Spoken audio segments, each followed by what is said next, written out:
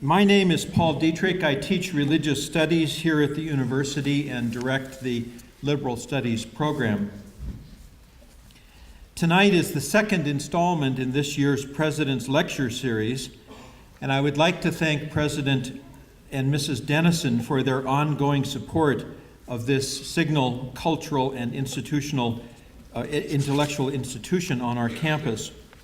Thanks also to the University of Notre Dame's Hesburgh Lecture Program for providing our speaker with the opportunity to come to Missoula, and to the Notre Dame Club of Western Montana for helping with the arrangements. Finally, thanks to Professor Richard Drake for putting together another outstanding series of speakers this year.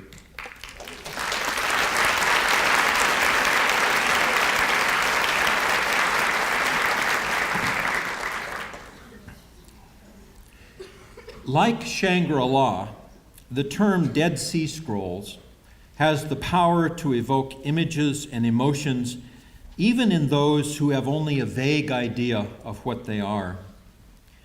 The term Dead Sea Scrolls is redolent of enigma, of intrigue, perhaps even of sacred mysteries. Hovering in the background are images of caves, scrolls, barren deserts, and intense scholars hunched over tiny scraps of leather. This patch of purple prose can be found in the introduction to a recent translation of the scrolls into English. Since the Bedouin tribesmen of the Tamira tribe found the first scrolls in the caves in the Judean desert in 1947, near Wadi Qumran, along the northwest edge of the Dead Sea, scholars have recognized this as the architectural find of the century. The scrolls testify to the astonishingly rich and fertile literary culture that gave birth to foundational religious documents of both Judaism and Christianity during the period immediately before, during, and after the life of Jesus of Nazareth.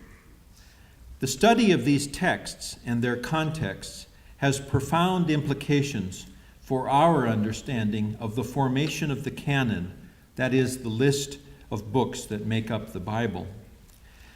There are also profound implications for both Jews and Christians. For Jews, the news is that Second Temple Judaism was a far more diverse and pluralistic phenomenon than previously realized. For Christians, the news is that we are far more Jewish than we realized. For both Jews and Christians, in the words of a recent team of scholars, the Dead Sea Scrolls are the cousins we never knew we had. The scrolls themselves are lost letters home. When they tell us about our forebears, they tell us about ourselves. Like all letters from home, they are well worth reading. Here tonight, to help us interpret these lost letters home, is one of the world's preeminent scholars of the scrolls and the Hebrew Bible. He is one of the 3 general editors of the scrolls and has served on the translation team of both the New Revised Standard Version of the Bible and the New American Bible. He has published 6 volumes of the critical edition of the scrolls with Oxford University Press.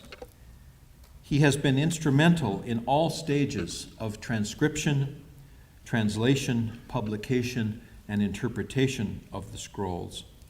His book, The Dead Sea Scrolls Bible, the oldest known Bible translated for the first time into English, appeared in paperback edition in 2002.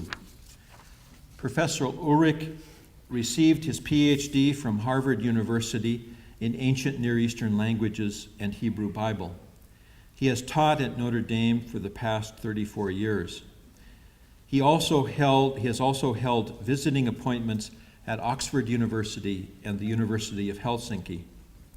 He is past president of the Catholic Biblical Association and is a fellow of the American Academy of Arts and Sciences. He is the recipient of 2 Festschrifts in his honor, a Guggenheim Fellowship, and scores of other honors and grants. The National Endowment for the Humanities has funded his work on editions of the scrolls every year since 1986. Mere medievalists like myself and other humanities scholars quake before the list of languages that Old Testament scholars boast. Professor Ulrich works in 9 languages: Hebrew, Aramaic, Greek, Latin, Akkadian, Arabic, Coptic, Syriac, and Ugaritic. Actually, 12 if you count French, German, and Spanish. I have been directed to be brief in my introduction, so I won't mention his nearly 20 books and countless articles, except to notice that his very first book, published in 1978 as part of the Harvard University Semitic Monograph Series, was published by an outfit called Scholars Press, run out of the Religious Studies Department of the University of Montana.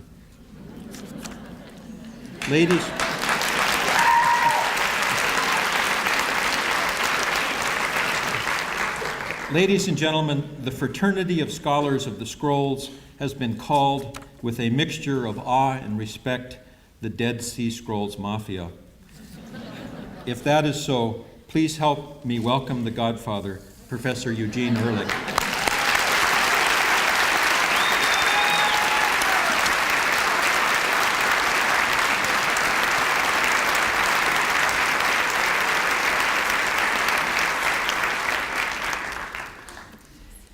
Thank you very much, Professor Dietrich, for your kind remarks. I think they were so eloquent that I should sit down and you should keep on going. I do want to thank very many people tonight. I feel very honored to be here as a speaker in the Presidential Lecture Series and also a speaker for the Notre Dame Club.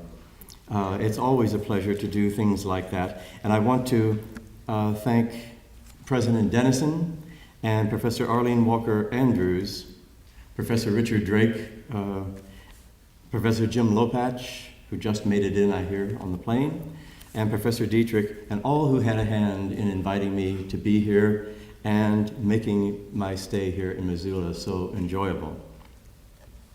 I am very pleased to have this opportunity to talk with you about what's been called the greatest archaeological discovery of the 20th century, and the most exciting new evidence concerning the Bible in antiquity, that is, the Dead Sea Scrolls. I've visited Montana before, but this is my first trip to Missoula. But as Professor Dietrich said, it really feels like a homecoming because my firstborn is from here. So it's wonderful to be here and to be here with you. So thanks. That's just an extra reason to be thankful for the invitation to be with you and talk with you tonight. In this seminar, what I'd like to do is 3 basic things, or actually 4 basic things. To give you an introduction to the Qumran site, to the scrolls themselves, and to the process of editing the manuscripts. And secondly, to give some general perspective on the scrolls and the Hebrew Bible. Thirdly, to explain the developmental process by which the scriptures were composed from their very beginnings. And then to show you some specific examples of the surprises that the biblical scrolls have taught us about the Hebrew Bible or Old Testament, as it existed at the times of the origins of Christianity and Rabbinic Judaism. The Dead Sea Scrolls are the remains of a library collection of almost 900 manuscripts, mostly unknown so far, up until this point, that belonged to a Jewish group before, during, and after the time of Jesus. They're mostly religious texts in 3 categories: biblical manuscripts, general Jewish works, mostly of religious nature, and a few specifically Essene religious texts, that is the small group or party within Judaism that was probably out there at Qumran. They were discovered in 11 caves near Qumran and at the other 6 sites along the western edge of the Dead Sea that you may be able to see up there. But again, Qumran would be at the northwestern tip of the Dead Sea, and the others coming down the western coast. The majority of the texts are inscribed on prepared leather, animal skins, but some are on papyrus, and one is even inscribed on a copper scroll. Most are in the Hebrew language, about 1/5 are in Aramaic, and a few are in Greek. Near the Qumran caves where the scrolls were found, a building complex was excavated. And it's been widely acknowledged by most, but not all, that the scrolls belong to a group, probably the Essenes, centered around that building. The building itself, you might not be able to notice that by just looking at it, but these are large common rooms. The people didn't live in the building, they lived in tents and caves around and used this for communal exercises. The date of the building and that of the manuscripts is determined by a combination of 4 factors, including coins, pottery, paleography, and accelerated mass spectrometry, which is a souped-up version of carbon-14. When these dating results are placed within the context of Jewish history, most scholars date the period of occupation of Qumran as starting from around 150 or 100 BCE and lasting up till 68 of our era, the first Jewish revolt against Rome, and 2 years before the destruction of the temple in 70. Let me just give you a few scrolls to orient you. I'm not going to spend much time on it, but you'll see them and you can ask about them in the question period if you like. Again, you see Qumran at the top left of the Dead Sea, with Jericho about 7 miles north. You can see Jericho from Qumran, and a very miserable trip up the mountains into Jerusalem from the lowest point on earth. Again, from the terrain, you can see why those manuscripts lay there undiscovered for 2,000 years. It is both treacherous territory and also a beautiful area and you can see down below in the gorge, the Wadi Qumran, that is the dry riverbed, which is flowing with water from the winter rains, but then dry through most of the season. The water for the people living out in the desert clearly is life and death, and so you can see an intricate water system there, and an artist's drawing of it to show you both the normal uses for water, washing, bathing, drinking, etc. But then also a few of them are mikvaot, or ritual purification baths for the purification before the sacred meal. This is Cave 4, the cave where most of the scrolls were found. Again, it's a treacherous place, and notice the holes up at the top, that it's difficult getting down there, and if you have as much foresight as I do, once you're down there, you ask yourself, how am I ever going to get out of here? But we do. And it's a room with a view. That's the Dead Sea out there at the edge of the land under its perpetual haze. The type of jar that some of the scrolls were found in, some of the scrolls that we see and look so beautiful because they're all there or close to all there were found in jars like this. Note the top, and then this museum shrine is built and modeled on that top. You can see the white, and then below that will be the room where the scrolls are exhibited. Now, some of you have probably been there. This is the Shrine of the Book at the Israel Museum in Jerusalem, and that's where the scrolls are. Around that center is the great Isaiah scroll that I'll be talking about. They actually had the real one there for many years, of course, with great deterioration. This is that great Isaiah scroll rolled up on that side about half, and about this side about half. And this is sort of the middle, or close to the middle of the scroll. We'll be talking about this. This is the great manuscript, the first manuscript A from the first cave. So maybe a little help on the algebra there, that there were 11 caves, and so the first number would be which cave it came from, then Q for Qumran, and then Isaiah, a manuscript of Isaiah, and A would mean the first, and then Isaiah B would be the second manuscript, etc.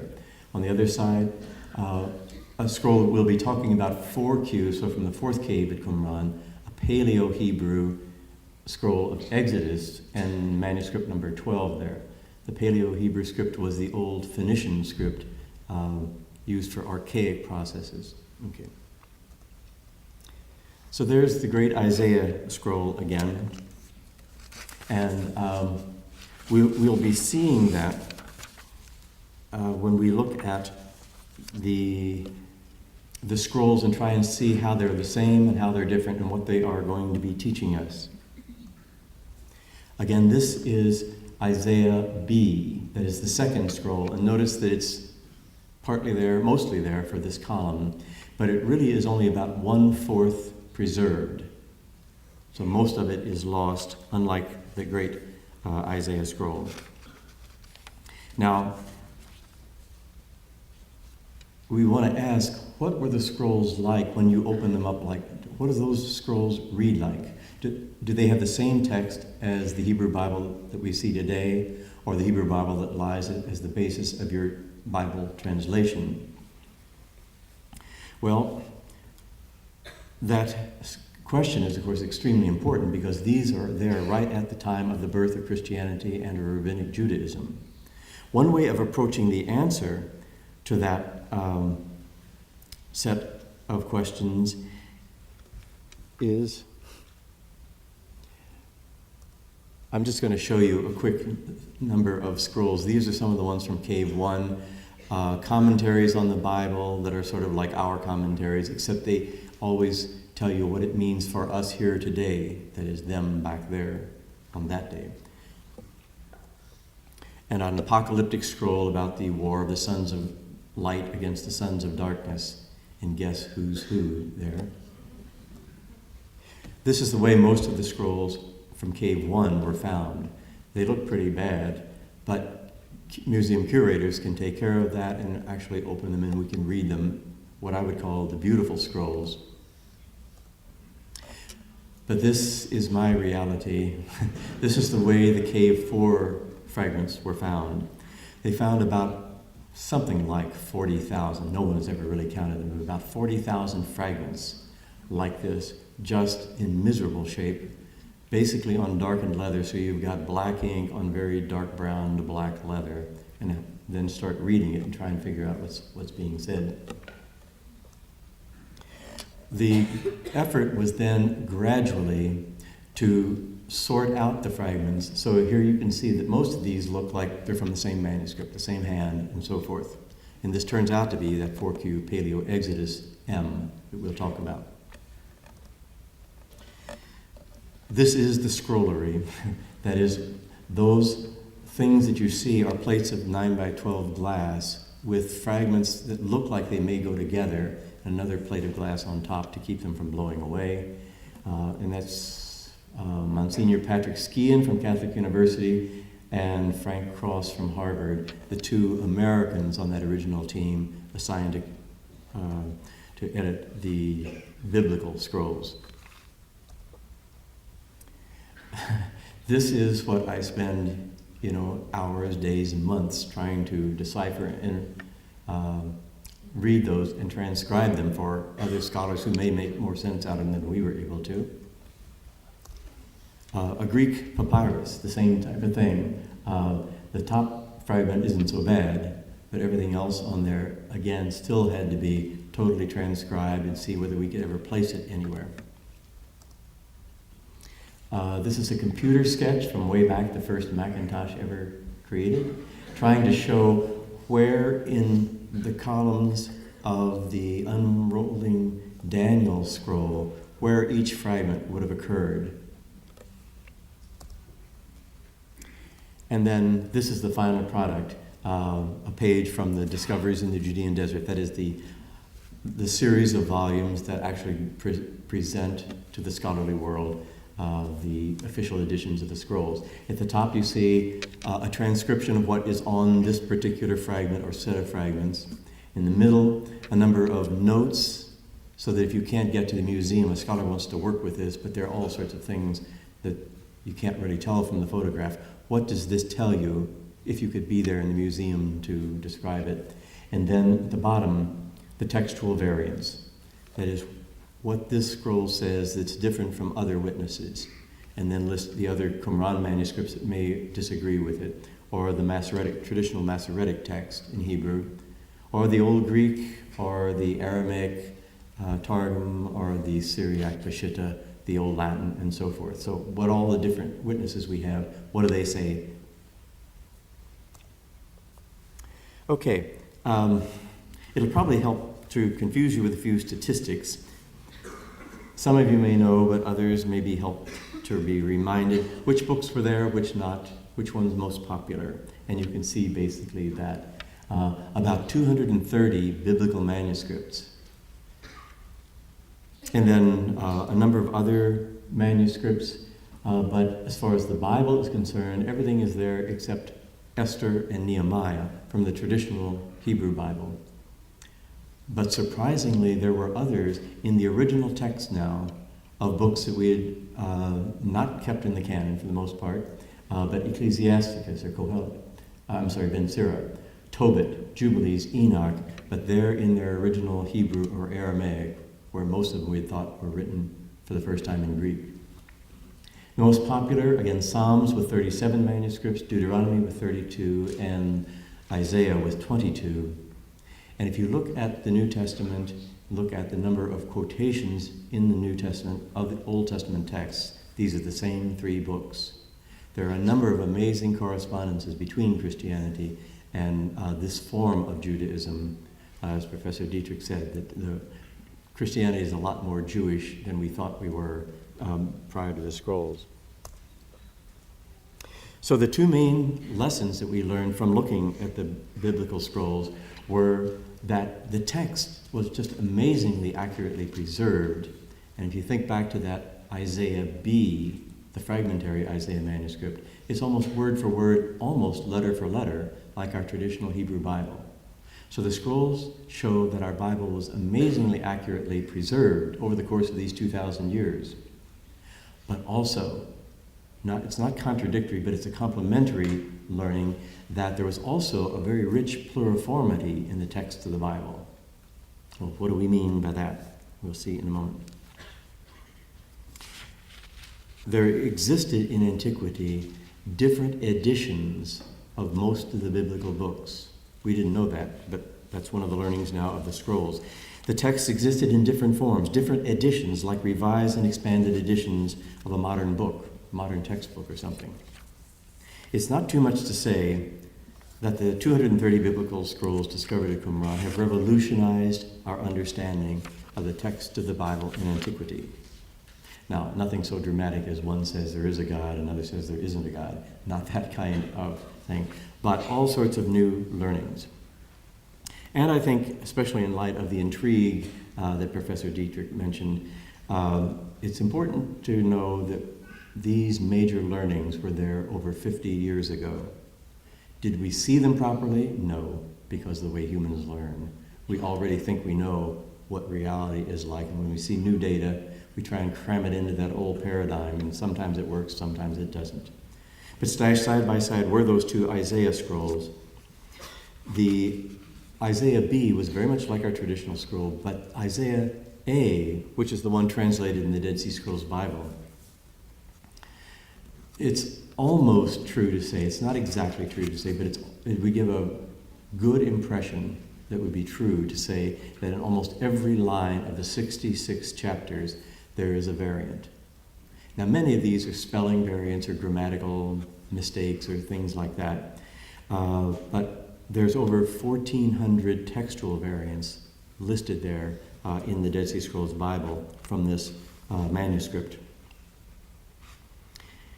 In short, it's like there were many forms of the biblical text back then, and it's like you went on a trip and you took 3 or 4 suitcases with you and checked them in when you got on the plane, you get to your destination, and there's one. That's our situation with the text of the Bible. We ended up with one, but we started out with 3 or 4 or more, and we'll do some exploring of that way. A better way, those are the 2 Isaiah scrolls. A better way is to talk about really 2 different periods with 2 different operating rules. We had basically known only the latter period, the second one, the period of a uniform, some call it standardized, Masoretic text, that is a traditional Hebrew text, from around 100 or so onwards. That's all we had known. We'd lost all manuscript evidence of the scriptures from that first period, but the scrolls now illumine that earlier period that we had lost sight of. It's important to reflect that the biblical texts from Qumran are the best, the oldest, and the most authentic manuscripts of the Bible that we have. And so that's new data, and if we have different sort of conclusions to draw from our data on the biblical text, these new data urge us to reconsider our older opinions. A new feature seen in the scrolls teaches us about the composition and the transmission of the ancient biblical text, namely variant literary editions of the biblical books. And by that I mean a literary unit, a book, a chapter, a psalm, a paragraph, a poem, appearing in 2 or more parallel forms in our principal textual witnesses, which one major author or editor completed, and which a subsequent redactor or editor intentionally changed, this is the Bible now, intentionally changed to a sufficient extent that the resultant form should be called a revised edition of that biblical book. And again, try to explore in more detail with you this phenomenon of multiple literary editions. In the traditional imagination, based on our earlier knowledge, the books of Scripture were composed by a few single holy men, like Moses and Isaiah and Matthew and Paul. But literary critical study of the text of Scripture over the past 2 centuries since the Enlightenment demonstrates that the biblical books are the result of a long literary development, whereby traditional material was faithfully retold and handed on from generation to generation, but also creatively expanded and reshaped to fit the new circumstances and the new needs of that successive community as it experienced them over the vicissitudes of history. So the process of the composition of scriptures was organic, developmental, with successive layers of tradition.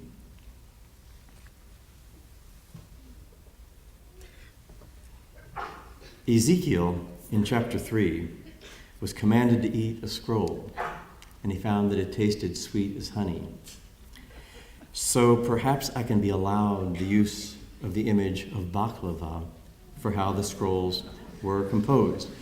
A number of layers laid on top of each other gradually, generation after generation, but handed on faithfully but creatively adapted, and those layers were formed into a unity by the honey, sometimes heated honey, of the lived experience of the community over time.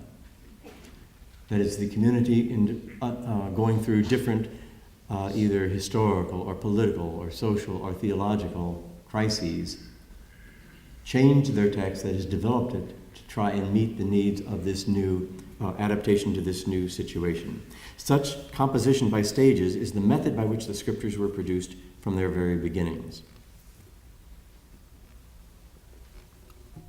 What I'd like to do now is focus more closely on the composition of the scriptures in general. It was the community of Israel, the Bnei Israel, who composed the scriptures over the course of approximately a millennium, from the time of basically the 11th century to the 2nd century. If we just start with the Torah, some of you may know good old JEDP, but we'll do a quick review here. During the monarchy, 10th to 7th centuries, authors or tradents produced something like a national epic, much like Rome's Aeneid after Augustus started the Pax Augustana, the peace after the wars that ended the Republic. This was a blend of historical, tribal, folk, religious, and national identity literature. The theory that dominated most of the 20th century was what's called the documentary hypothesis, and some of you may know this, that four main authors or compilers each sought to teach Israel how God's word needed to be heard in their own generation. There were four different messages, each in their drastically changed historical situation. The first was the Yahwist in the 10th century with the new monarchy. We'd just been a scattered people, now we own the state of Israel. So we are a new monarchy, and the Yahwist writes basically a national epic celebrating how God has brought us to this point. Where did we come from? How did we achieve this greatness? The second was the Elohist, after the secession of the north from the south, the split of the kingdom, that bitter division of the house divided against itself. The third was the Deuteronomist, after the collapse of their conqueror, Assyria, with a tenuous but also dangerous hope of restoration. And the fourth was a priestly edition after the destruction of the temple and the exile into Babylon, and the need now for a completely revamped theology to rebuild Israel's destroyed faith in light of what God had let happen to them. So each of the authors or tradents, using a selection of mostly familiar sources, sought to help the Israelites remember the ancient story of their ancestors with their God. They offered model stories that portrayed the character of the people, instilled national pride, traditional values, moral standards, etc., and served indirectly as instruction on how to act and how not to act. The authors took national or folk traditions, individual stories told and remembered for certain purposes, sometimes recoverable now, sometimes not. And they wove a series of such stories together with many other components into a narrative that can be viewed as a national epic.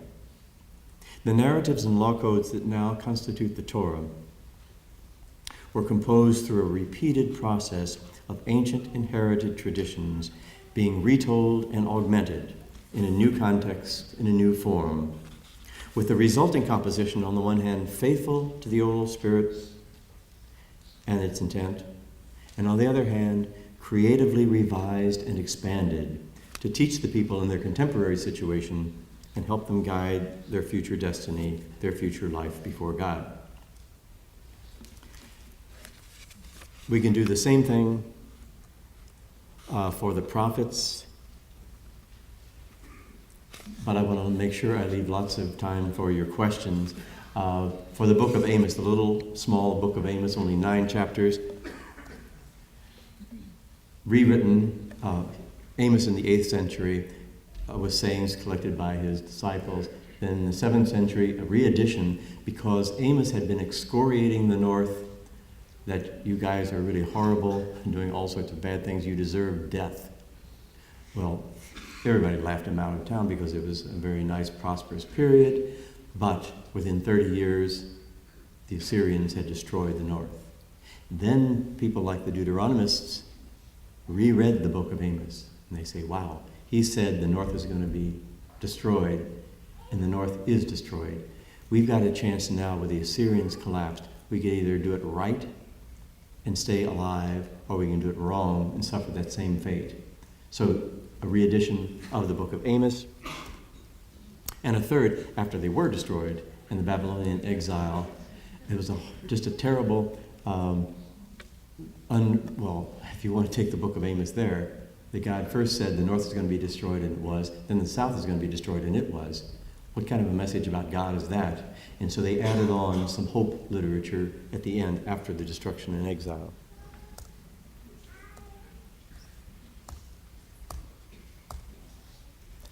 That's an incredibly oversimplified vision of the book of Isaiah, and we can talk about that during the question period if you want.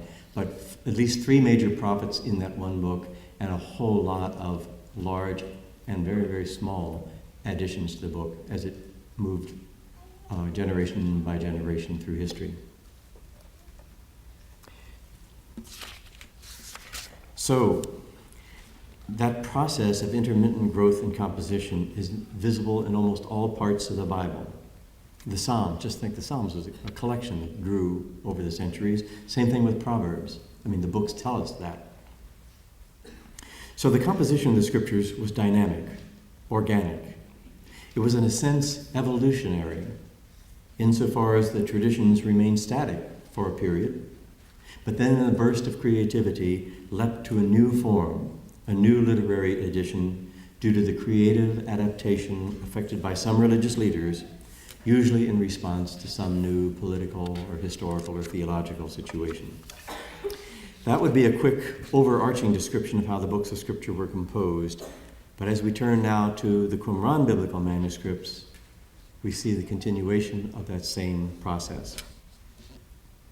We don't have manuscript evidence remaining for the process I was just describing. It was really theorizing from biblical scholars, excellent literary people since the Enlightenment.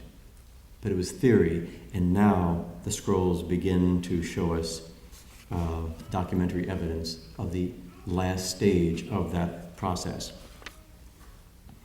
They show that the scriptures were from the earliest times and were still continuing to be developed through the Hellenistic, Hasmonean, and Herodian periods up to the time of the establishment of Christianity and Rabbinic Judaism.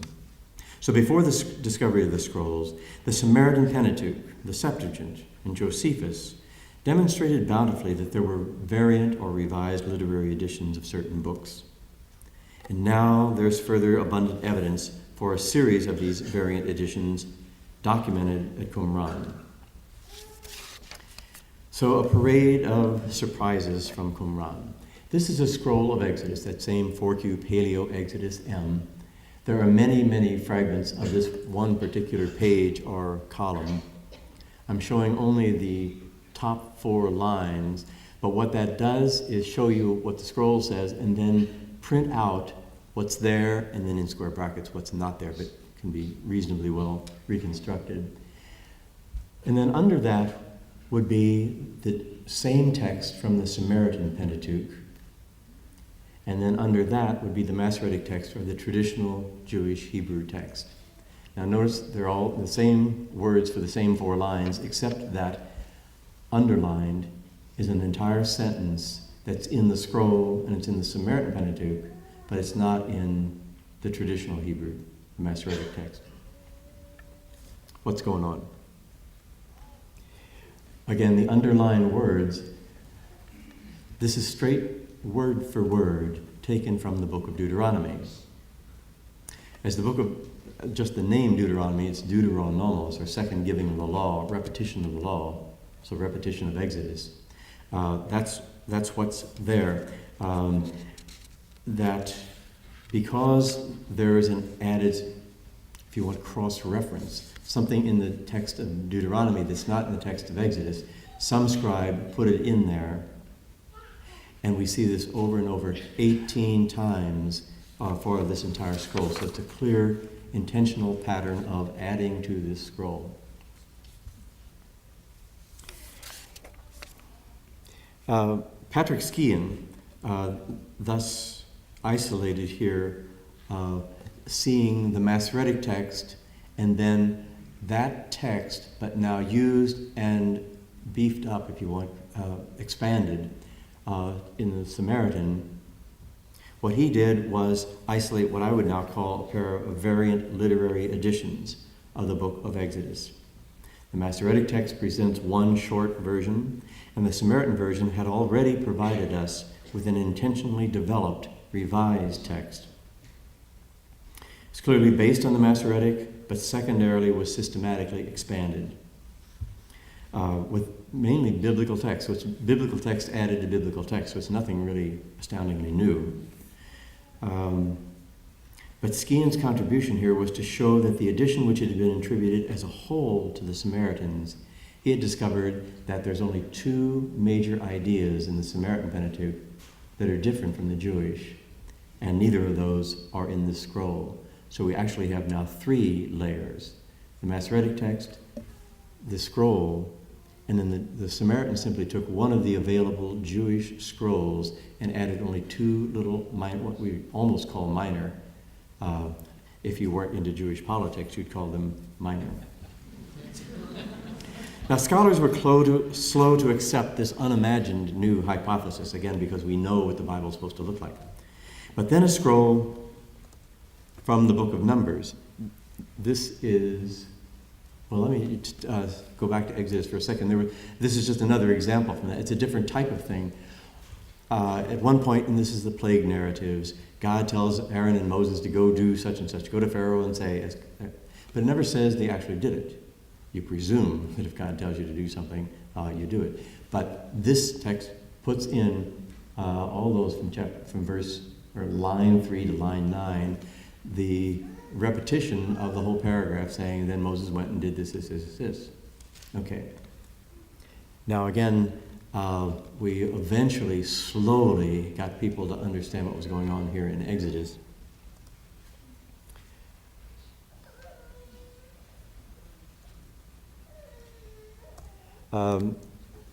There's also a book of Numbers that does exactly the same thing. It has the whole text of Numbers chapter 23 and then something added in from Deuteronomy again. And it too, over and over, does that. So again, we've got now from the Torah, which you'd think would be the most set text and sacred text of the Hebrew Bible, we've got two editions around 100 or so, 50 BCE. And if you want to get it even more complicated, there are actually 4 different versions of Exodus that we can now attest in the Greek and these different scrolls. For Jeremiah, moving to the prophets, a manuscript from K4 provided clinching proof for the reliability of the Septuagint, that is the old Greek translation of the Hebrew Bible, as well now as the Samaritan. So we used to think the original Hebrew is the Masoretic text, but now we see that the Samaritan is also a very, very accurate text of one form of the Bible back then, and now the Greek, which was also highly suspect in earlier days, turns out to be excellent. It's a very faithful, literal translation of simply a different text that we had not known, different Hebrew. Jeremiah, if you look at the Greek, it's about 16% shorter than the Hebrew text of Jeremiah. And you say, well, what's happening here? It used to be just discarded as a paraphrase, an abbreviation, an unreliable type of rendition of the book of Jeremiah. But this little fragment here shows us, if you fill that out, it's impossible to put the Masoretic text there. If you translate the Greek back into Hebrew, it fits perfectly. And so what this is, in fact, I was talking with someone at dinner who's just written a dissertation on this particular chapter showing exactly what's going on here. That if you take that, what that shows us is the short version, that this is a Hebrew manuscript from which the Greek was faithfully translated. It has the shorter text, and as you compare what the excess or expanded text of the Masoretic has, you can list all the editorial and exegetical principles by which that was expanded. Moving to the book of Joshua. This is the oldest manuscript of Joshua we have, and it too offered a very tantalizing puzzle. One large fragment contained the end of what we think of as chapter 8 of Joshua, followed by the beginning of chapter 5 and 6. So what's going on? Well, what's going on is, I gradually realized, what the issue here is, where did Joshua build the first altar in the newly entered Promised Land? So it's like, where was the first cathedral in the United States? It's that type of seriousness and importance. What happened is that this scroll turns out not to be a confused text, but rather the earliest version of this important episode. Where did Joshua build that first altar in the newly entered Promised Land? It was immediately after crossing the Jordan, there at the sacred shrine of what became the sacred shrine of Gilgal. That's what this Joshua manuscript tells us. Our traditional Hebrew Bible tells us it was being built on Mount Ebal. And you say, well, no, wait a minute, where have I heard of Mount Ebal? You basically haven't. It figures almost none at all in the Hebrew Bible, except as the mountain of the curse over against Mount Gerizim, the mountain of the blessing. But that's up north with the Samaritans, whom we don't like, and so we don't pay any attention to them.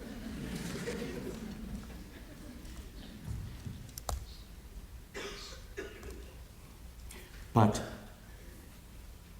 very soon, looking just simply at other texts, I looked at the historian Josephus, a Jewish historian in the 1st century, and found out that he too, he's our oldest independent witness, he too has that altar at Gilgal, right where the Joshua manuscript says it was.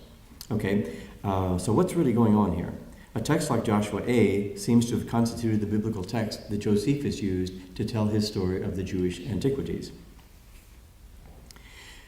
But it's this building the altar is the carrying out of the command that God gave Moses to give to Joshua in Deuteronomy 27. And if you look at the Samaritan Pentateuch there and the Old Latin, they tell you, they add in there that it's altars to be built on Mount Gerizim. And what's happening here is that Northerners are taking the old text, which didn't say where to build the altar, just presumably when you cross the Jordan, build an altar. Northerners put in Mount Gerizim there, stuck that into the text to legitimize their main worship center up in the north. Well, the rabbi said, no, you're not getting away with that. And so they changed simply the one word, Gerizim, to Mount Ebal, which makes no sense. Commentators have long been perplexed about this. They didn't know why, but always saying this cannot be, because Joshua goes up 20 miles north into enemy territory, builds supposedly an altar, then marches back down those 20 miles, leaving the altar in enemy Canaanite hands. It just cannot have happened that way. So what do we have here? Again, we've got, some polemical things happening. We have the scroll and Josephus telling us the way the earliest form of the story went.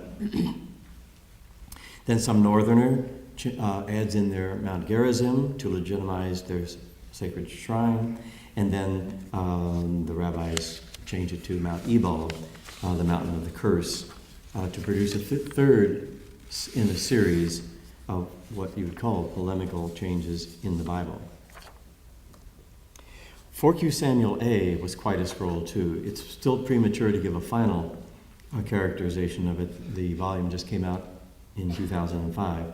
But there's a sufficiently large quantity of textual variants to make it a very, very interesting scroll, and to give the textual critic a strenuous workout. But just one thing I can give you that we knew before the scrolls. That is, in the story of David and Goliath. How does David come into the entourage of Saul? The Greek text, again, like in Jeremiah, has the short version of simply what you would list as an epic tale of how David got into Saul's army and so forth. But if you look at the Hebrew, the Masoretic text, it's got everything that the Greek has, but sandwiched in there is yet another story of how David did this. So just two conflicting stories, but they're shuffled together now so that you barely notice the difference. But if you read it carefully, you'll see the contradictions between the two stories. But again, that would be one version of the story and then a second edition, at least, of that passage. Perhaps the most dramatic, one of the two most dramatic things I would say about these biblical scrolls would be an entire paragraph that's been lost from our Bibles for 2,000 years, but now is restored. There's the passage up at the top, and you can see the transcription just below it. And then for the Masoretic text, the section below that, with the words again placed where they would correspond. And you can see that the Masoretic text just lacks 3.5 lines. As you look at the top, you might be able to see that the scribe of that manuscript actually skipped something himself, but he caught it and stuck it in interlinearly. Okay, what happened for the Masoretic text, I think, was that a scribe somewhere in the ancient tradition also skipped the whole paragraph and didn't catch it. And so since that's the text that came down past 100, that's the text that we've been having in all of our Bibles. Now, we haven't really lost much because it's not high developed theology. It's how so-and-so got their eyes poked out. But it's the introduction to this war story that otherwise just comes on abruptly and barely makes any sense. You say, what's happening here? Okay, but there it's restored. And the New American Bible, this is the Catholic Bible published in 1970, you can maybe see down at the bottom the arrow, a footnote. Well, a footnote which says there is ancient evidence for a longer text at this point, but they didn't dare put it into the text itself. But they tell you if you want to know more, well, you got to work at it. But, okay. But the new Revised Standard Version of the Bible, which came out in 1991, we debated long and hard over this, but they decided above the big number 11, chapter 11, this whole paragraph up there,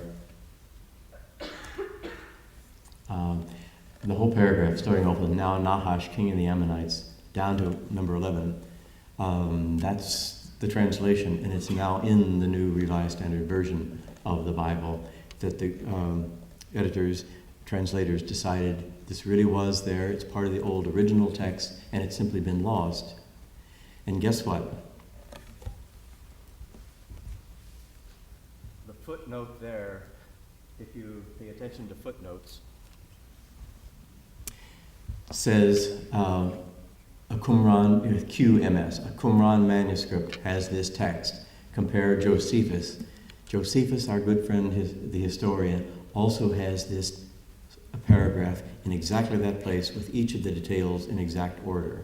So again, our two oldest manuscripts, one biblical and one extra-biblical, attest to this as the earliest form of the biblical text.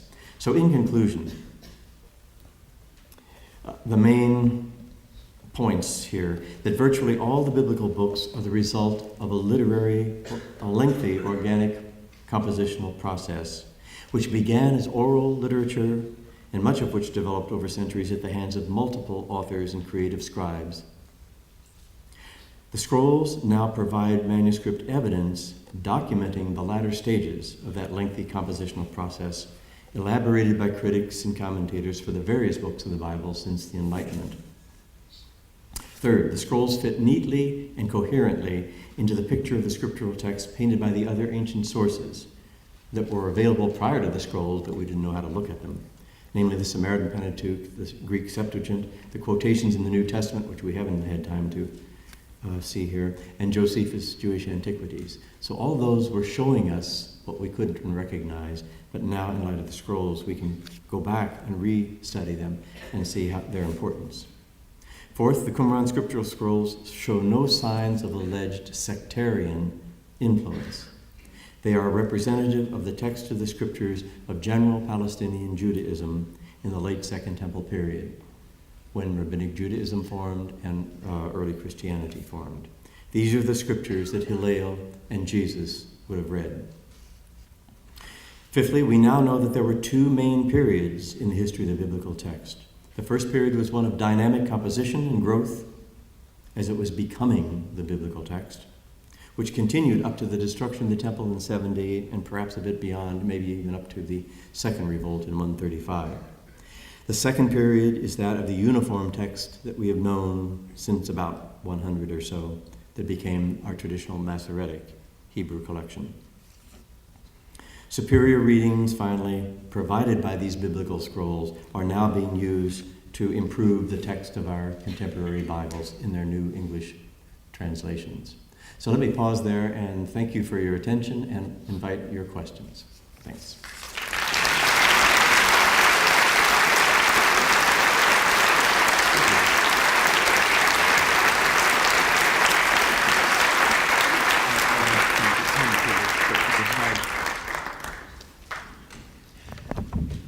I would recommend that anyone who is interested in receiving academic credit for attending this lecture contact President Dennison and make arrangements for that. We have 2 microphones placed on either side of the auditorium, one up here under the exit sign and one up here under the middle exit sign. I would request that anyone interested in asking questions ask the question from those microphones so that everyone can hear the question. And Professor Ulrich has kindly agreed to respond to questions about his very rich presentation. And before we start those questions, please I ask you to help me again thank Professor Ulrich for his presentation.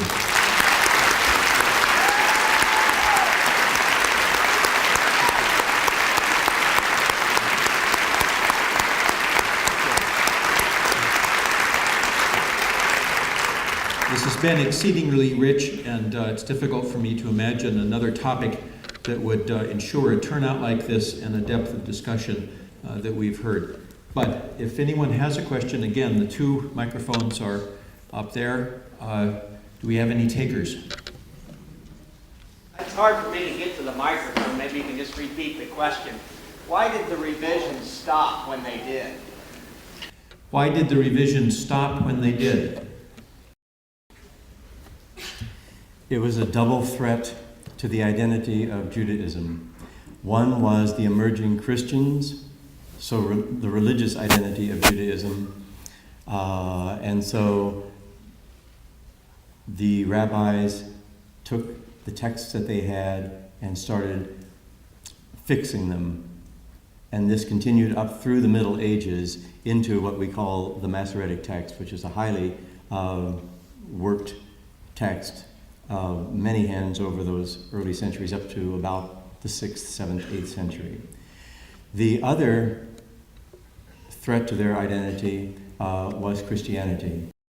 That, wait a minute, I'm not sure which I said first. There are 2. One is the religious identity, which is threatened by Christianity, and the other was the political identity threatened by the Romans in those 2 destructions after the Jews revolted. First revolt was in 66 to 73, which destroyed the temple. And then a second revolt around 132 to 135. And at that point, the Romans came in, leveled the city, turned it into a Roman capital city, Aelia Capitolina, and banished the Jews from the land for the next, well, up to the 18th century. So it was a double threat to their existence. And so also I could say that with the temple destroyed, the temple used to be the focus of the religion. Now that there is no temple and we're scattered, then what do we have as a unifying factor? And they turn to the texts. Okay. Yes. Yes. I guess I have 2 questions. The first one has to do with the scrolls themselves are enclosed in the place of the book close to the Knesset, their Parliament House in Jerusalem. I was there in 1998, and I was told that those were the original scrolls of Isaiah. Is that correct or not? In 1998, I'm not sure. At early, it used to be. Then they realized that that big Isaiah scroll, especially, was deteriorating, and they made a very excellent copy of it and put that there. So that's what's there now. When that change came, I don't remember. Okay, thank you. The other question is regarding the Tanakh, which is the Hebrew Bible, including the 5 books of the Torah, as we know it. Is that a Masoretic text? Well, the text that most people know, like if you go to the bookstore and buy the Hebrew Bible, it'll be the Masoretic text, yes. Now, there are 6 different versions of new critical editions of the Hebrew Bible in process. So that's going to change a lot. One of them is from the Hebrew University. It is not on Codex Leningradensis, which is what we normally find, what you'd find again in the bookstore, but on the Aleppo Codex, which they think was even more accurate as the Bible that Maimonides would have used. But there's a number of other projects as well. Like I've got a Qumran Bible coming out in Hebrew. What are the texts that we find there? Just a one-volume thing so that people can, you don't have to carry around 30 volumes of DJD, that is the Discoveries in the Judean Desert, at $300 each. So there's one, but there are a number of others too. The Oxford Hebrew Bible, which is for the first time since the 3rd century with Origen, this is going to be the first attempt at a critically established text of the Hebrew Bible. Thank you very much. And also, I might add a blessing, Lashana Tovah. May your name be written in the book of life. That text will be cheap at any price, you can be sure. Yes, up here. Are the enrichments that are coming to the text through the study of the Dead Sea Scrolls exclusively literary, or will any have theological implications? I don't think any will have noticeable, serious theological changes. Think of Nahash here in that paragraph. Were we at much of a loss without that paragraph the last 2,000 years? Probably not. I don't think anyone's faith suffered because of that. But it is good to know what's going on. I think some of the theological things are not so much direct, but the rippling effect. What does it mean then that the inspiration, for example, of the Torah wasn't all to Moses, but it was over, lots and lots and lots of hands. There are questions like that that will have theological implications. I think all for the better, but yes. Mm-hmm. Professor, I'd like to thank you for coming in and for your insightful lecture. And I was just curious, you mentioned that the texts that we found in Qumran also contain biblical Essene texts and also Jewish literature of some type. Mm-hmm. And I was just curious, for the time period, how this represents any forms of messianic expectation in Judaism. Okay. Messianic expectations. They had a very, very rich messianic set of speculations, one of which, one of the manuscripts that I quickly flipped up there was what's called the Rule of the Community. It was from Cave 1 and discovered, it's virtually intact there. There are a few little words missing, but by and large you can fill those in. There's a line in there that all the men of the community will obey these rules written in this rule book until there comes the prophet and the messiahs of Aaron and Israel. That is, they were looking for a triple messianic, that is, 3 messianic figures to announce the end of time and the onslaught of God's kingdom here on earth. Their main figure was a priestly Messiah, that is, anointed one. And the priestly Messiah was over the military Messiah, that is the Davidic or Israel Messiah. And they were expecting that a prophet would be there to announce this happening. And we even have an appendix to that Rule of the Community, which gives the rituals for this sacred communal meal, quote, to be done at the end of days. So it's both an eschatological meal, but I think they also performed it. We don't know how, annually, every once in a while, weekly, we don't know.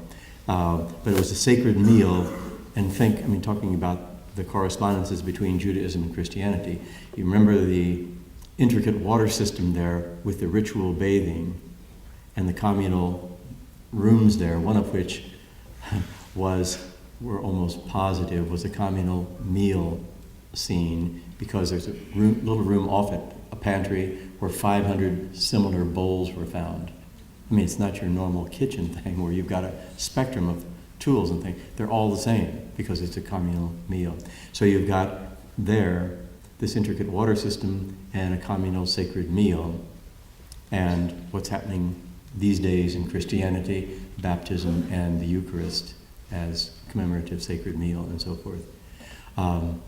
So, Thank you very much. you're welcome, sure. Thank you, Professor. You'd probably admit that it would be wonderful if we could find 3 or 4 more Qumrans.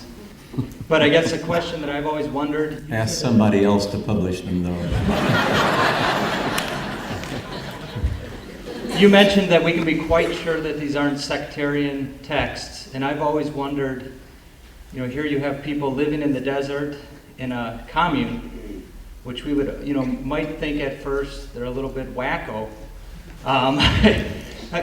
The reason for that, could you just expand a little bit more? Is it mainly that Josephus and the Samaritan also seem to be affirming that they're using this earlier witness to the text? Is that... Yes.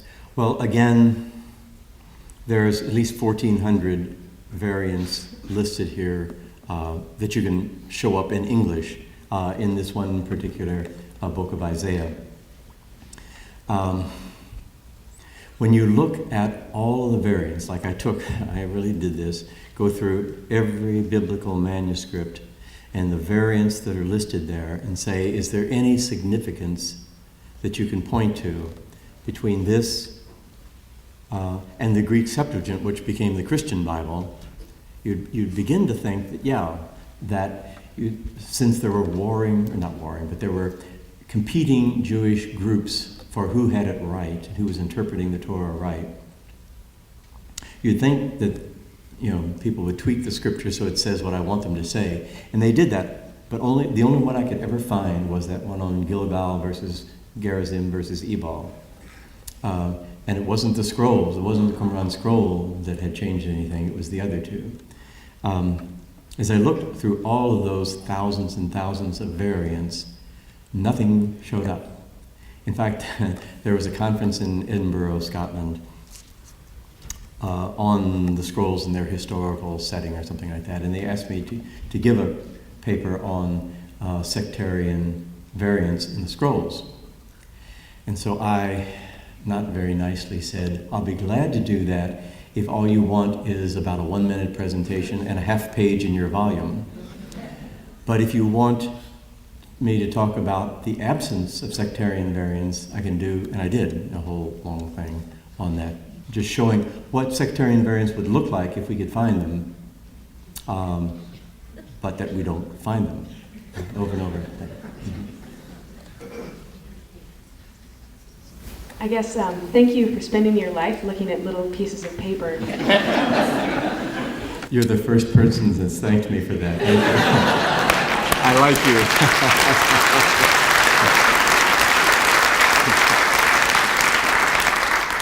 I have a lot of questions, but I guess two. The hypothesis theory that you put forward with the 4 different authors, Mm-hmm. and it was put on the evidence of literary critiques. Mm-hmm. Yes. So I think at first I was thinking there might be 4 total different manuscripts from different time periods that would make that very clear and very certain. Is that the case or no? That's what we would long for, but no, that is not the case. It's just people reading the text very, very carefully over and over, then noticing discrepancies. For example, if you look at Genesis 6 to 8, the flood story, read it through and ask yourself, where did the water come from? How long was it on the earth? How many pairs of animals actually went on the ark, etc., and a number of other questions like that. And you'll find there are 2 totally different, basically complete flood stories shuffled together. One of them, by that first, the Yahwist, has the water coming just normal water, rain, for 40 days and 40 nights. The other one, the priestly writer, has it coming from the fountains of the great deep and the sluices of the sky, that is the chaotic waters that threaten cosmic peace and harmony and existence. So the priestly writer is looking more at the Babylonian exile and how that nearly destroyed us, took God's creation and turned it into chaos. But now it is being created. And within the priestly tradition, it's on day 1 of month number 1 of the year 601. That is, it's a New Year's Day. It's the New Year's celebration, which Babylon also had a creation story celebrating their spring New Year's. So, no, we have no manuscripts that show that difference. But as you keep reading through very carefully, you notice that God is called Yahweh in some and Elohim in others. And a number of indications like that. And also just duplicate stories. Remember, Abraham goes down into Egypt and almost loses his wife. Immediately after the promise that I will make you a great nation and give you this land, he leaves the land and almost loses his wife. Okay, this happens another time, and you'd think, boy, if I did that once, I think I would have learned my lesson. And if that isn't enough, his son does the same thing. So it's the same story, but just told by 2 different people for different reasons. My second part to that question is, those people must have had a concrete lifespan, those 4. And then you mentioned that there were New Testament as well. And that's... I'm sorry, did you say New Testament? I thought I heard you mention something about there being New Testament scrolls that you hadn't had to talk about. Oh, no. I haven't talked about quotations in the New Testament from books of the Old Testament. Like Matthew saying, this is to fulfill what the prophet said, ABC. But those 2 also show, there are a number of ones. Matthew, in his infancy narrative, gives 5 of those, like a little Torah. And the 5th one, each one of them, for the first 4, you can find in our traditional Bibles. The 5th one, he says, and quotes this prophet. It's not in any of our extant texts. But it's that Jesus will be called he will be called a Nazarene. This Samuel scroll that I showed has an interesting little addition in the story of Hannah and the birth of Samuel, where Hannah especially now dedicates him not only just to the temple, but calls him a Nazir. That is especially one of the people, we call it a religious order or something like that. That is somebody especially dedicated. They don't cut their hair, they don't drink alcohol, etc. But they are totally devoted to the Lord. But there you have, in a birth narrative, like Matthew is telling, but the birth narrative of Samuel, who's the one who anoints the kings, David and so forth. I'm not saying that text is the source that Matthew used, but over and over we see passages that no longer come down to us that Matthew probably was using, because every other time we can catch him, he's quoting a text that we know. And here's one where he didn't know. Matthew was close to these scrolls, and we're 2,000 years away, so. Okay. Yes? Hi, thank you very much. This is especially exciting for me in that I had a professor at university who was adamant that the Essenes weren't actually. I'm sorry, I didn't hear that. I had a professor at university that was discussing, I took a class on this, and he had thought that the Essenes weren't actually part of the community. They weren't responsible necessarily, and there was kind of conjecture about whether or not they're actually the sectarian group and what have you. And aside from what's thought of to be the Qumran community and the relationship between them and the caves and what's found in the caves, I'm wondering if you know or have any idea or conjecture on why they were kept in such crazy locations, aside from environmental reasons, and just generally how they got there, and if you have any ideas about that. Sure. Okay. Well, the last thing first, that they were, I think, kept in the caves because that's where people lived and stayed out of the 130-degree heat, because the caves, remember from inside those caves, miraculously, they stay roughly the same temperature all year long, winter and the heat of the summer, but also it's out of the rain, the little rain that would come, etc. So I think that the people were there, and also that there are people who say that the scrolls were just brought down to Qumran and dumped there in advance of the onslaught of the Roman army in 68. I don't think that's the case at all, because you find, well, first of all, these scrolls come from over a period of over 200 years. And so I think they were brought in by the people as they came to this center, religious center. You would bring, just think, I mean, if you were going to a religious establishment, what you'd do is you'd take your Bible and you'd take some other religious book that meant something to you and why I'm actually coming here. This tells my story. And so I think that they brought the text with them from wherever, Jerusalem or wherever in the country they were coming from, and that's how the collection got there. Also, I mean, there are other reasons too I can come back to if you aren't convinced there. But were these the Essenes or not? Well, that's still always debated, and we can't say for sure.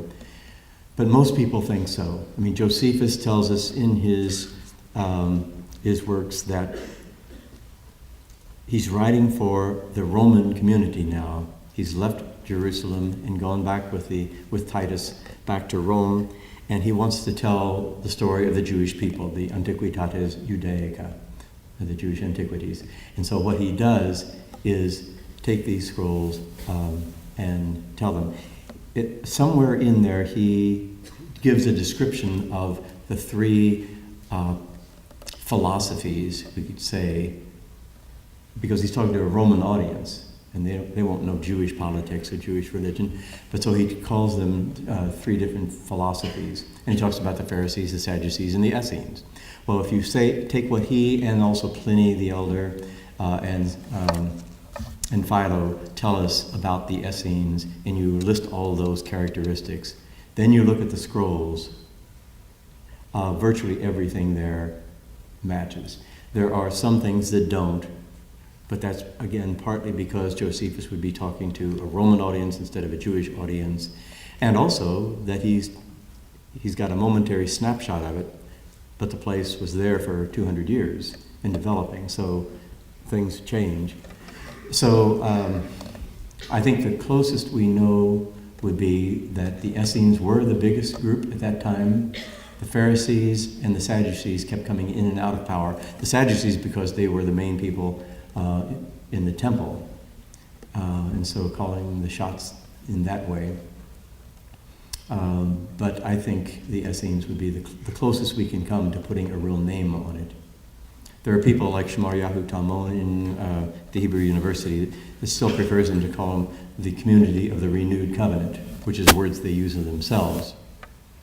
But just like the New Testament doesn't talk about Christians, neither did they talk about Essenes. And so we can't say for sure, but I would think that's the safest hypothesis. Thank you. You're welcome. Mm-hmm. Sorry. Sure. It's a matter of clarification for myself. So this community of Qumran, and you mentioned the water and the things that ritual bathing and things like that members of such a community would practice if they were out in the desert.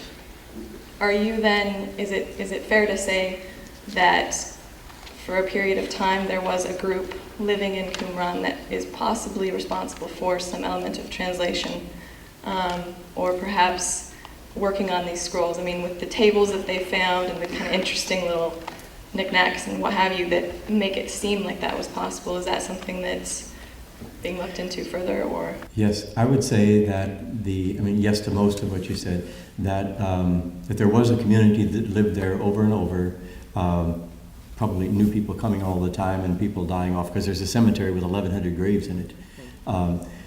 But yes, that they would come and stay there for a while. We don't know how long, but it was a sort of a gung-ho group, especially committed people.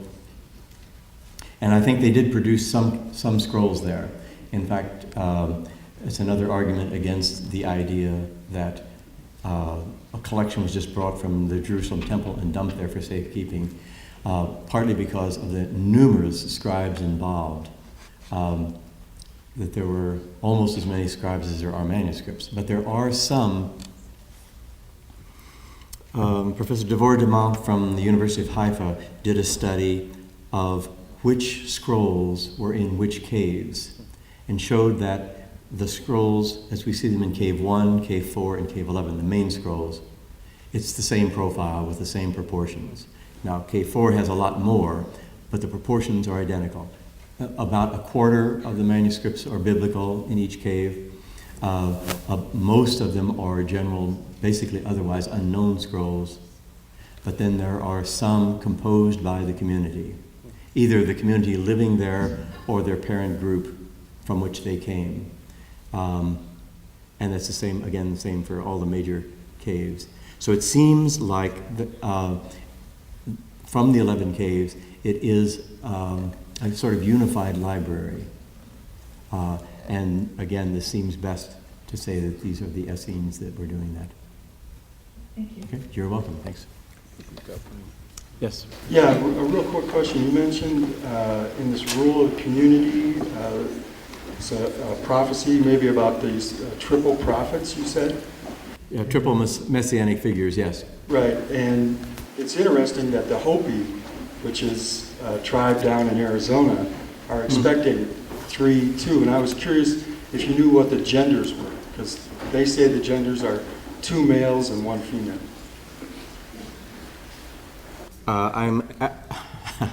I have no proof whatsoever, but I'm absolutely certain the gender is totally male. I mean, there is no alternative in ancient Judaism like that. Yeah. Mm-hmm. Sorry. But thank you. Yeah, and I will not say that the Hopis are the latter-day Essenes either. Yeah. I didn't say that. Let's have 1 or 2 more questions if we have. Yes. I know that from looking at articles about the Dead Sea Scrolls, there's many tetragrams showing God's name in the Dead Sea Scrolls. And I was wondering why most translations today choose not to use that name. The reason is because in Judaism during the Second Temple period, it became more and more thought that the divine name was too sacred to be pronounced.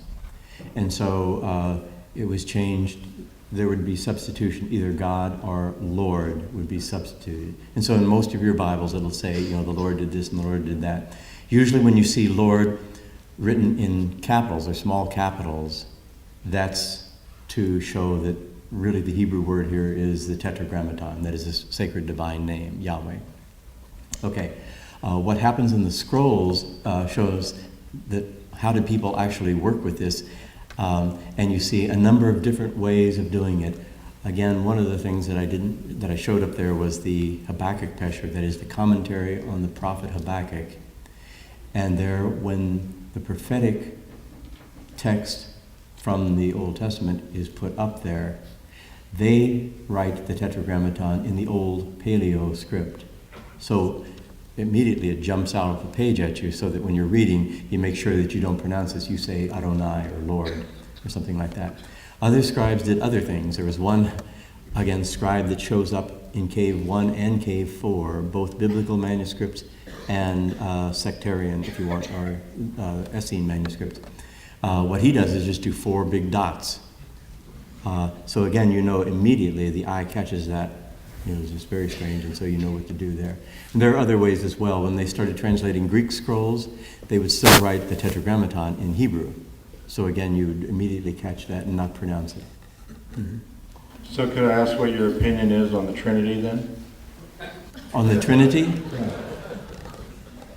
I like it. No. I'm sorry. The Trinity just doesn't come in here at all. I mean, first of all, this would be pre-Christian, and so the Trinity would not figure. I'm not sure what you mean by your question, though. Mm-hmm. Well, so they use Lord in the Old Testament, they use Lord in the New Testament, but they usually use 2 different cases of letters. So under that conception, then you would have 2 separate individuals. Would that be correct? Yes. One place where you do see this in the New Testament would be where David is quoted as saying, and as you hear it in the New Testament, the Lord said to my Lord, kurios, kurio. And so it does sound like one person there. But what that is, again, is the Greek translation, where they too are now using kurios instead of the divine name. The original in the psalm that's being quoted is that Yahweh said to my Lord, that is the king, my Lord the king. So God said to David, but the way when that's quoted, it's just the Lord said to my Lord. Thank you. You're welcome. Sure. Let's take one more question up here. All right. My question is, what is the Essenes, what was their view on the divine inspiration of these Old Testament texts? I know the Pharisees, were very literal in their interpretation. They thought everything that happened in the Old Testament was exactly how it happened, whereas the Sadducees took a more liberal interpretation, ruling out some of the miraculous events. And I was thinking, if the Essenes, if they had a more, if they didn't have quite the same conservative opinions on how divine it was, maybe they would take more liberalties with it when they were interpreting it. Very good question. They were extremely serious about it. I mean, you see over and over quoted in their own compositions that, as God said through the prophet Isaiah, and then quotes texts. So it's clearly that they're viewing, especially the prophetic texts, but that would also now include the Torah. Basically, I think they had as what they would consider scripture the Torah and the prophets, but not the writings, the Ketuvim and so forth. What they would do is say that, and so I'm sure that they thought that clearly God spoke to those prophets back then. The way that they differ in their interpretation is that, again, with that commentary on the prophet Habakkuk, what they do is quote a line of scripture and then say its interpretation concerns X. And that's always what's happening to us here and now. That is our good folks, the teacher of righteousness, and then the wicked priest and those people who are persecuting us. So they are interpreting these. What they're saying is not so much that what matters is what God said back then in 601 or whenever Habakkuk was talking about the onslaught of the Babylonians, but rather it's what that God said that back then. It's true, but the real meaning is now in our day, and it concerns us in the end times. So it was a different type of interpretation, but an interpretation that we see throughout the New Testament. I mean, that's what Matthew is doing. This was done to fulfill what the prophet said, X. And so the real purpose of that prophetic text was not back then, but here and now in our time. So that's how they're interpreting it. Mm-hmm. You're welcome. Sure. Professor Ulrich, thank you very much for sharing your 30-plus years of groundbreaking scholarship on the Dead Sea Scrolls and the Hebrew Bible, and helping us to have a much enriched understanding of the Bible. Thank you.